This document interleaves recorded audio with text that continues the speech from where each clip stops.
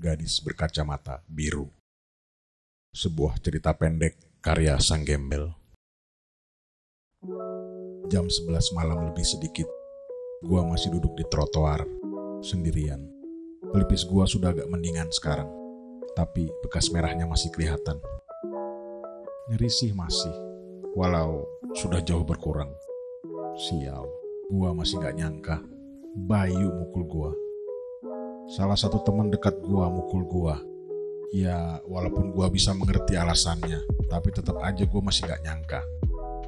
Tadi kami bertengkar hebat, dan gua tetap dengan kekosongan gua berlagak tidak pernah melakukan kesalahan, dan itu membuat Bayu benar-benar marah. Buat gua ya lucu aja. Dia kan sudah lama berteman dengan gua, sudah tahu seluk-beluk dan sifat gua. Seharusnya bisa maklum dan mengerti dong. Bayu berteman dengan gua bukan baru sehari 2 hari atau sebulan 2 bulan. Kami berteman sejak SMP sampai sekarang sudah mulai berkarir.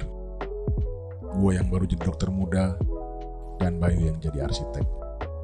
Dia tahu semua tentang gua, terutama sifat playboy gua. Walaupun memang dia sering berbeda pendapat dan tidak suka sifat utama gua itu, tapi dia tetap mau berteman dengan gua. Walaupun tidak pernah mendukung gua dan bersikap tidak peduli kalau naluri playboy gua sudah keluar. Bangsat lo Bob. Hehe, kalem Bay, kalem. Anjing lo, kalem lo bilang. Dan seketika pelipis gua seperti dihantam palu. Gua tersungkur karena gua gak siap. Sepersekian detik kemudian, gua mencoba berdiri walaupun pandangan gua masih sedikit berkunang-kunang. Jika itu adik gua Bob, adik gua. Selama ini gua diam dan gak mau ikut campur sama sifat playboy setan lo itu. Tapi ini adik gua Bob, lo udah gila. Gua tersenyum kecut mengingat peristiwa tadi. Ya, Cika adalah adik Bobby dan gue adalah playboy kelas kakap. Suka mempermainkan wanita. Dan Cika masuk dalam permainan gua. Ya, gua gak salah dong. Gak ada aturan bahwa tidak boleh mempermainkan adik teman sendiri. Walaupun teman dekat, buat gua sama aja. Yang penting dia mau masuk dalam permainan gua. Dan dalam hal ini, Cika malah masuk sendiri dengan sukarela. Jadi bukan salah gua kan. Lagian dia cantik, seksi juga. So, anyway, lupakan Cika, lupakan Bayu. Hidup gua masih bisa berlanjut tanpa mereka. Gua masih punya banyak teman. Dan tentu saja masih banyak gadis-gadis dan wanita-wanita cantik yang menunggu dong. Oh iya, gua Bobby Pradipta, anak tunggal dari keluarga Roy Pradipta. Bokap gua seorang pengusaha di bidang properti. Walaupun bukan termasuk golongan pengusaha konglomerat, kami sekeluarga hidup lumayan berkecukupan. Gua baru menyelesaikan kuliah gua di salah satu universitas swasta terkenal di Bandung. Fakultas Kedokteran. Sudah menyandang gelar dokter di depan nama gue, Dokter Bobby Pradipta. Kuliah di Fakultas Kedokteran mendukung image gue di mata para gadis dan wanita. Itu senjata gue selain ketampanan, karisma, dan harta yang gue punya. Terbukti, walaupun gue potang-panting belajar dan berkali-kali harus ujian ulang, tapi reputasi dan derajat gue di mata para gadis dan wanita meningkat pesat. Dari teman kampus, senior, bahkan dosen pun gue sikat. Apalagi sejak menyandang gelar dokter. Dan gue menikmati itu. Well, bersenang-senang dengan banyak wanita adalah hal yang menyenangkan. Peduli setan buat mereka yang tidak suka dengan perangai gue. Buat gue mereka cuma iri dan sirik sama gue. Mereka gak tampan, gak berkarisma, dan gak kaya seperti gue. Lagi pula, para gadis dan wanita itu juga yang kebanyakan cari perhatian sama gua, agresif, dan seolah-olah menyerahkan dirinya ke gua dengan sukarela. Masa gua sia-siain? Hidup cuma sekali, jadi gua berusaha menikmatinya. Lamunan gua buyar seketika. Sepertinya ada yang nabrak dari belakang. Dari kaca spion, gua melihat ada Honda Jazz merah tepat di belakang BMW gua. Wah, cari gara-gara nih orang. Gua bergegas keluar menghampiri dengan penuh emosi. Keluar lo, bentak gua sambil mengetok kaca si pengemudi. Sesaat kemudian pintu dibuka dan sesosok tubuh keluar dengan wajah pucat. Maaf, saya salah. Saya akan ganti kerugiannya. Emosi gua hilang seketika. Di depan gua berdiri seorang perempuan. Cantik, berkacamata, frame-nya berwarna biru. Walaupun terlihat pucat pasi, tapi cantiknya tidak luntur. Model-model begini ini yang suka bikin naluri player gua muncul. Oh, maafkan saya. Gak apa-apa kok. Saya tadi agak emosi. Kamu baik-baik saja, kata gua lagi. Biasa, sok perhatian. Saya baik-baik saja, mobil kamu tuh yang apa-apa, kata si cantik dengan suara pelan, tapi kelihatannya wajahnya sudah tidak pucat lagi. Itulah pertemuan pertama gua dengan Nova, gadis cantik berkacamata biru itu. 3 hari kemudian, Nova sudah resmi menjadi pacar gua. Seperti biasa, menggait wanita adalah hal yang mudah buat seorang Bobby Pradipta. Dengan mudah, sangat mudah malah, Nova masuk dalam permainan gua. Setelah sebulan kami pacaran, gua mulai melihat sesuatu yang luar biasa pada perempuan ini. Nova berbeda dengan perempuan-perempuan yang pernah dekat dengan gua sebelumnya. Entah kenapa, gadis ini mulai mendapatkan sedikit ruang di hati gua. Gua tidak pernah serius dengan perempuan-perempuan sebelumnya. Hanya mainan sesaat, sebelum akhirnya gua campakkan. Bahkan beberapa ada yang hamil, tapi gue paksa untuk digugurkan. Nova amat sangat berbeda. Pintar, sederhana, gak banyak tingkah, gak banyak maunya, gak sok seksi. Tapi entah kenapa, auranya bikin gue bertekuk lutut. Sampai sekarang gue sama sekali belum pernah menyentuhnya. Hanya sebatas ngobrol, bercanda, bersandar di bahu, dan berpelukan. Itu saja. Padahal dulu, it's all about sex. Semuanya selalu berakhir di ranjang. Bahkan sejak awal perkenalan.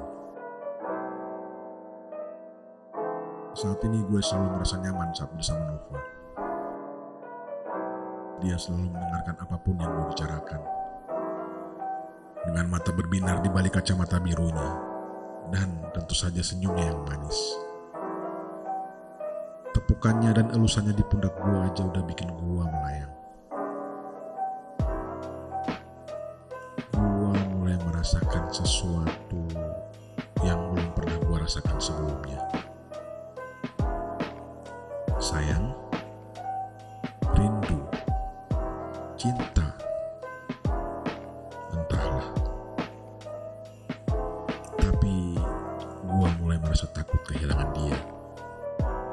Gue mulai berpikir, apakah mungkin Nova adalah orang pilihan dari Tuhan untuk mengubah hidup gue menjadi lebih baik? Entahlah. Yang jelas gue ngerasa hidup gue berubah sejak ada Nova.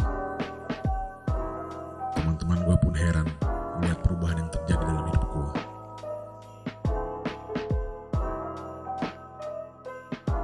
Hari ini Nova mengajak gue pergi ke sebuah villa di daerah Cisarua, Bogor. Katanya pengen liburan, mumpung weekend, dan kita berdua juga gak ada kegiatan. Rencananya kami menginap selama 2 hari 2 malam. Sebenarnya gue agak kaget, karena ini pertama kali gue dan Nova pergi keluar kota dan menginap. Apalagi bukan gue yang punya inisiatif, tapi Nova. Tapi yang menakjubkan, gue sama sekali gak pernah berpikir untuk melakukan hal-hal yang aneh. Padahal situasi dan kondisinya amat sangat mendukung. Tepat jam 7 malam, kami sedang bersenda gurau di balkon. Acara makan malam sudah selesai. Kami memilih duduk di balkon karena malam ini adalah malam bulan purnama. Langit nampak bersih dan sang bulan memamerkan keindahan sinarnya dengan sempurna. Tiba-tiba Nova berdiri, mengusap rambut gua, mencium kening gua, sambil berbisik, "Sayang, aku ada kejutan buat kamu." Lalu sambil tersenyum manis, dia masuk ke dalam kamar dan menutup pintu balkon. Agak aneh menurut gua, tapi gua mencoba menahan diri. Ingin menikmati kejutan apa yang bakal dia berikan buat gua malam ini. 15 menit sudah berlalu. Gua semakin bertanya-tanya. Rasa penasaran gua semakin memuncak. Tiba-tiba masuk yang terdengar suara lembut Nova memanggil. Gua pun bergegas membuka pintu, gak sabar buat masuk. Baru saja pintu terbuka, gua tertekun. Bau harum semerbak menyeruak. Kamar kami sedikit berubah. Cahaya lampu dibuat remang-remang. Ada lembaran-lembaran bunga mawar berserakan di atas kasur. Ada meja kecil di samping ranjang, dan di atasnya ada sebotol wine dan 2 wine glass yang sudah terisi. Tapi tak ada sosok Nova di sana. Gua pun masuk ke dalam. Agak terkejut melihat suasana kamar yang sedikit berubah dalam waktu singkat. Tiba-tiba ada tangan lembut yang memeluk gua dari belakang. Nova. Gua pun berbalik. Dan gua semakin terkejut. Di hadapan gua, Nova berdiri. Tetap dengan kacamata biru dan senyum manisnya. Tapi, wow. Gua sampai mengusap-usap mata gua sendiri. Nova memakai pakaian tidur yang amat sangat luar biasa seksinya. Untuk pertama kalinya gue melihat Nova memakai pakaian begitu terbuka seperti ini. Dan dengan tatapan yang nakal, menggoda, yang gak pernah gue lihat sebelumnya. Setelah menuntun gue untuk duduk di pinggiran ranjang, Nova mengambil wine glass yang sudah terisi setengahnya, menyerahkan ke gue, lalu duduk di pangkuan gua sambil berbisik, "No talking please. Aku milikmu malam ini."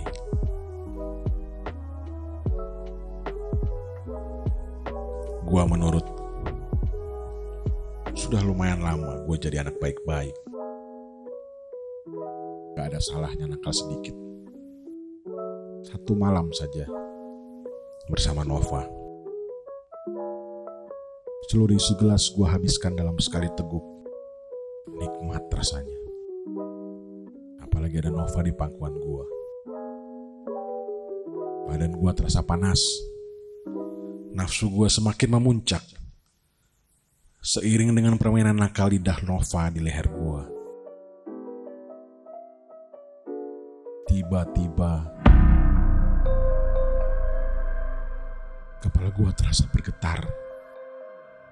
Sekeliling gua mulai terlihat berputar. Badan gua terasa lemas. Sampai memegang gelas pun gua gak sanggup. Dan gelas itu pun jatuh dan pecah berhampuran di lantai. Ada apa ini?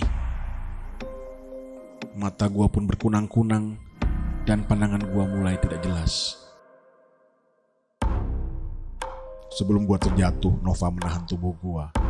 Dan dengan susah payah dia membaringkan gua di ranjang. Lalu Nova berdiri sambil menatapku lekat-lekat. Tunggu. Tatapan itu, pandangan gua memang jadi sedikit kabur. Dan Nova masih memakai kacamata birunya. Tapi tatapan mata Nova terlihat amat jelas. Seperti tatapan yang penuh amarah. Dendam. Ada apa ini? Gua ingin berteriak, tapi tak ada satu suara pun yang bisa gua keluarkan. Badan gua juga terasa semakin kaku, sama sekali tidak bisa digerakkan. Pandangan gua juga semakin tidak jelas, kabur dan agak gelap. Tiba-tiba muncul beberapa sosok tubuh, satu persatu, dan berdiri di ujung ranjang. Gua berusaha keras mengenali mereka, tapi gua seperti hanya melihat bayangan. Yang gua bisa pastikan, sosok-sosok itu adalah perempuan. Tapi siapa? Gua mengerahkan segenap kekuatan gua supaya gua bisa melihat dengan jelas. Dan what the? Meskipun agak kabur, tapi wajah-wajah mereka mulai terlihat.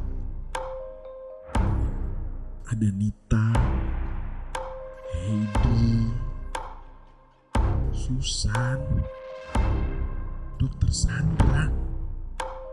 Mereka adalah mantan-mantan gua. Termasuk Dokter Sandra, dosen gua. Dan di ujung, oh Tuhan, ada Meta, ada Linda yang gua pernah paksa untuk menggugurkan kandungannya. Kenapa mereka semua ada di sini? Selagi gua masih bingung tak berdaya, tampak sosok tubuh lain menyeruak, lalu berdiri di sebelahku, tepat di samping Nova. Pandangan gue semakin melemah, sampai gue benar-benar tidak bisa mengenali sosok itu. Seperti paham kalau gue tidak mengenalinya. Perlahan tapi pasti, sosok itu mendekatkan wajahnya ke hadapan gue.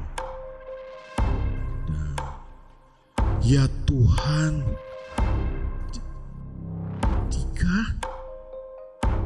belum sempat gue berpikir lebih lanjut. Sepersekian detik kemudian, sosok berwujud Cika itu pun menarik wajahnya, lalu mengangkat sesuatu yang berkilat ditimpa cahaya lampu. Dan detik itu juga gue merasakan sesuatu yang hangat di dada kiri gue, disusul dengan rasa sakit yang begitu hebat.